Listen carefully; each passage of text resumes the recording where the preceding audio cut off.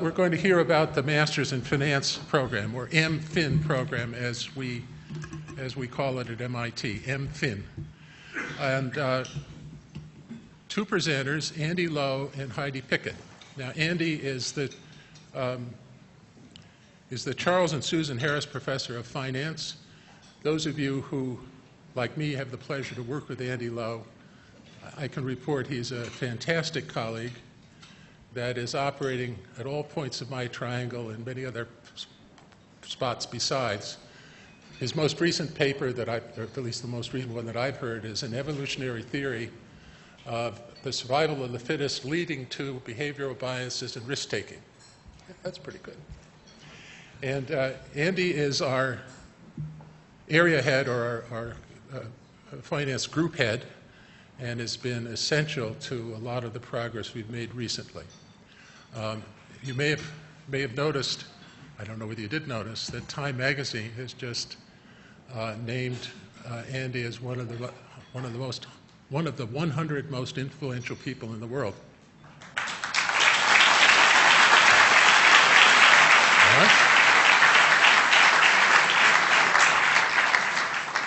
So Andy, no pressure, just.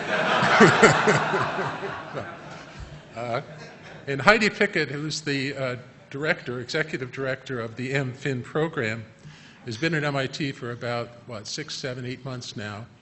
She came to us with a lot of experience in the financial industry at State Street, specifically State Street Global Markets. So she has taken her long experience in the outside world of finance, and we're very lucky to have her running the Masters in Finance program. As I understand it, Andy's going to step up first, and then Heidi's going to take over. It's really wonderful to see all of my former students from various different programs, undergraduate, graduate, PhD, MBA, Sloan Fellows. So welcome all. I have to fight the urge to hand out a problem set, but I'll try to do that. I have to say that it's a bit of an impossible task to follow Bob Merton, but fortunately, I actually have the very pleasant task of telling you about an innovation at MIT that really capitalizes on all of the wonderful things that Bob, Stu, John Cox, Franco Modigliani, Fisher Black, Myron Scholes, all of the greats of finance have pioneered. And I have to first start by explaining to you, those of you who aren't as familiar with the kind of department that we have at Sloan, just to give you a sense of what it is that we're talking about here.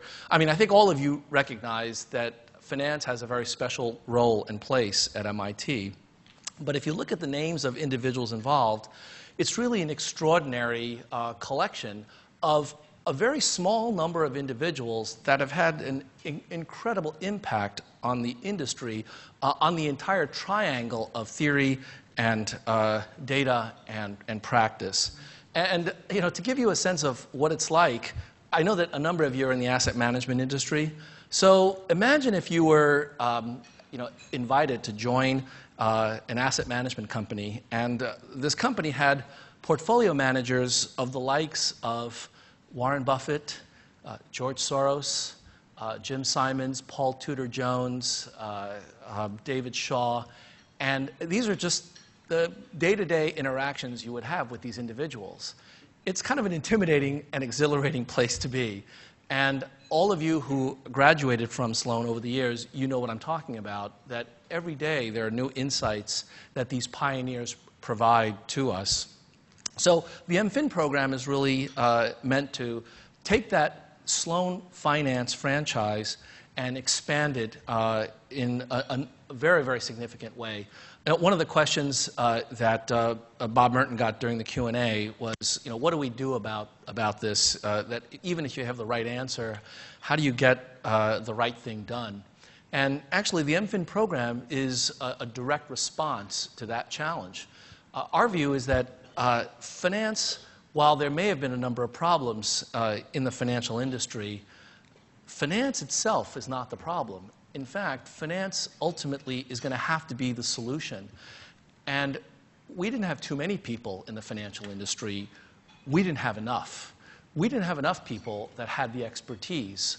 And so the hope is that the MFin program will really allow us to capitalize on that. This is a quote from Bob: "The world of finance is changing rapidly, and global financial leaders must be able to rethink the instruments and institutions of finance, and our intensive one-year program is really designed to do just that." That really is the motivation. To give you an idea of some numbers and why it is that we're undertaking this challenge, this is a very, very broad kind of a view of the number of students that we produce going into finance. Starting in 2006, you can see that obviously the crisis hit shortly after, and the number of students going into finance from our MBA program declined. With the MFin program, we have the opportunity to expand that reach. And in a minute, I'll talk a little bit about the relationship between the MBA program and the MFin, because that's something that we have thought a great deal about. But the point is that we want to be able to increase the footprint of MIT in the financial industry, and obviously for better. And I'll talk a bit about that as well. So the goals of the Master of Finance program is really to train the next generation of financial leaders.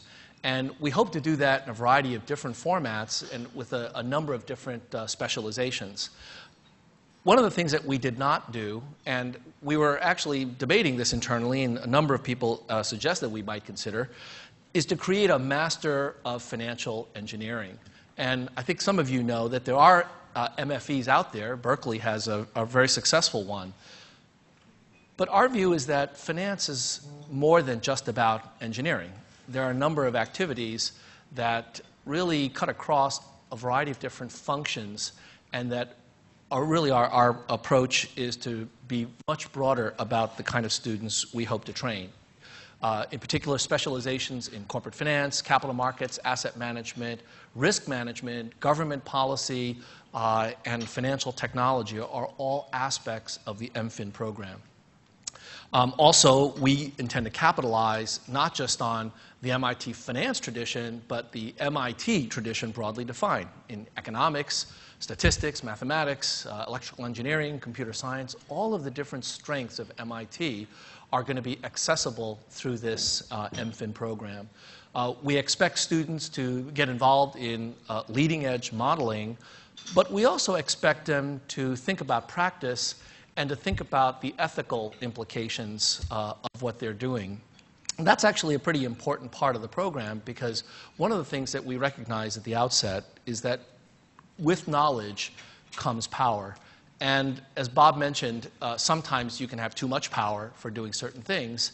I think the same can be said about finance. Sometimes finance involves too much power, and you have to know how to wield it properly. And so throughout all of our courses, throughout the entire curriculum, we actually focus on the ethical use of these kinds of tools. We have a number of faculty, staff, and adjuncts that are involved. The finance faculty has grown quite a lot since the early days. As you probably know if you've looked at our website recently, we will have about 21 faculty in finance and a number of adjuncts and professors of practice. We're really excited about that combination because, as Stu pointed out, finance is really this triangle, and we think that the combination of these individuals really provides that kind of balance. So the basic idea behind the Master of Finance program is that it's a one-year program. It begins during the summer. Orientation is the first week of July, and then during the summer, the MFin students are taking finance theory, as well as corporate financial accounting. And then in the fall semester, they'll take advanced analytics of finance, and then a number of electives in fall and spring. One of the benefits of the MFin program is that we now have greater resources to create electives. And so because of the program, the MBA program has benefited in being able to have access to a variety of new courses, one of which is Debbie Lucas's course on fixed income, which we're really excited about. She's teaching it right now. And I'm hoping Debbie will talk a bit about that, as well as some of her work on government and policy in the session to follow. So the requirements are to take courses over the 3 semesters, the summer and then the 2 semesters, but there's also a practicum component which during IAP students can get involved in companies working on specific projects. And this is where we would love to get your engagement and involvement. Any of you who are interested in being part of that practicum, in hosting some of our MFin students, please get in touch with us, with Heidi, with any one of us, and we'd love to be able to get you involved. And finally, I want to talk a bit about the whole focus on what we're trying to accomplish with MFin and the interaction between MFin and the MBA program. One of the things that we're very concerned about at the very outset is the potential for cannibalizing our MBA, and we certainly don't want to do that. The MBA program is extraordinarily successful, and we launched a track in finance as part of the MBA program, which John Parsons is heading, so we're really excited about that. Our view is that the MFin program is really a new asset class, and I want to explain a little bit about what I mean by that. As many of you know, MBA programs, 2-year programs, provide a certain career path for individuals that typically start at the associate level. But there are a large number of positions that are junior that also require now more and more financial expertise at the analyst level. And what we've been finding is that the demand for those students has grown dramatically, and it grows in a way that complements the MBA program. So we find that places that hire MIT students at one level often want MIT students at other levels. In fact, that's one of the ways that we got involved in the MFin. It was because the hirings that we were getting, they would come back to us and say, but do you have any students of this profile or of that profile? So the MFin program has actually allowed us to greatly expand our curriculum, and if you take a look at our finance group website, I'd encourage all of you to do that. You'll see a number of new courses that we're able to offer. And so I think this kind of combination is something that we've always thought about. We've dreamed about it, but for a variety of resource constraints and other issues, it's been very difficult to do. And thanks to Dean Schmidtlein, we're actually able to do this now and make it a reality. And so we're really thrilled about it. I'd like to turn the floor over to Heidi Pickett now so that she can describe to you a little bit about the efforts that we have in reaching out to recruiters as well as alums to describe this new asset class and to encourage all of you to get involved with us either as mentors or as part of the research practicum, and look forward to interacting with you over the course of the next few months and years. So please join me in welcoming Heidi. Thanks. So Andrew said it was intimidating to follow Bob Merton. I have to follow Bob Merton, now Andrew Lowe. This was not part of the job description, but equally exciting. But what is exciting is being the director of this new program, and what is part of the job description is raising awareness around what this degree is and really looking at how do we communicate the value of this program, create awareness, increase the applicant pool, and build strong relationships with future recruiters and future companies that are going to sponsor projects to our finance research practicum. So some of the ways that we're doing that is with a very active media approach. And we've had a number of articles in the press recently by Andrew Lowe, by John Minahan, talking about the program in general, the MFin degree, talking about action learning as a key component to our curriculum. And we also issued a press release, which was really quite important earlier this year because it announced 2 major components, new additions to the program that we're pretty pleased about. One was adding a 3rd round to our admissions process. And that was critical because we really wanted to target college seniors who may not have been thinking about a master's program in finance in the earlier rounds. And that proved to be very successful. And in terms of the applications we received in this round 3, it far exceeded our expectations, not only in quantity, but more importantly in quality. And we were able to identify a number of very strong candidates that we admitted who had not considered this degree program beforehand, but finds the value in coming for this deep dive in finance before they enter the job market. The other key addition was the addition of fellowship opportunities. And so now we're very lucky to have a pool of funding to help partially offset the cost of tuition, which really makes us very competitive. And we're able to attract great candidates with outstanding academic achievements and personal achievements and professional promise. So we're very pleased to be able to offer those fellowships and hope that we can continue to do that and grow the fellowship funding over time. one thing we're doing is very active engagement and outreach with various populations. And we've targeted the MIT Sloan PhDs that are currently teaching in other universities or who may be in corporate to talk about the MFin program and requesting that they send their top candidates to our program, refer them to us, or if they're in the position of working in a company, that they could think about becoming a recruiting partner with us. We're also reaching out to professors that have recommended our current students, thanking them for sending us their top students, and to encourage them to consider to refer more students to our programs, and that's worked out really well. And, of course, leveraging the strong alumni network. The network for the MFin program, since we're only graduated 2 classes, is relatively small, so we're really tapping into the broader MIT Sloan network, which has been fantastic. And a recent example of that is, as we're looking to build out additional markets and to recruit applicants from more geographic diverse areas, as recently in the Middle East, and reached out to the MIT alum there to talk about the MFin program, to get introductions to key organizations where we think that there would be opportunities for them to sponsor their early career professionals to our program. And it was a very exciting opportunity because there's such a need for higher ed, particularly in finance, in that part of the region. But the alum there just felt so strong that they would love to see more MIT presence, more expansion of the alumni network. So we'd like to do more of that globally as we're looking to increase the applicant pool and to broaden the geographic presence. And these efforts are certainly working out, and we're seeing a tremendous amount of increase in applications. Nearly 50% over last year, which is a huge increase in demand, and so that's great, and really using the very competitive admissions process so that we can seat a class of 120. And as Dean Schmidtlein said earlier, we're over 10, we're seating over 10 applications per seat, so that's very good stat there. And here's a snapshot of the current class profile. 36% women, which is a great number, and we're going to see more of that with our incoming class. Very global program with 70% non-US, and that will continue, though we'd like to see more geographic diversity within that 70%. Average work experience, 17 months, so about half of our class comes in directly from undergraduate programs, with experience ranging from 0 to 4 years.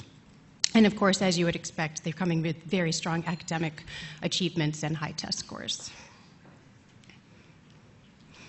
This is our most recent employment data for the class of 2011, and we're very pleased with very strong stats. 85% of job-seeking students received an offer by graduation.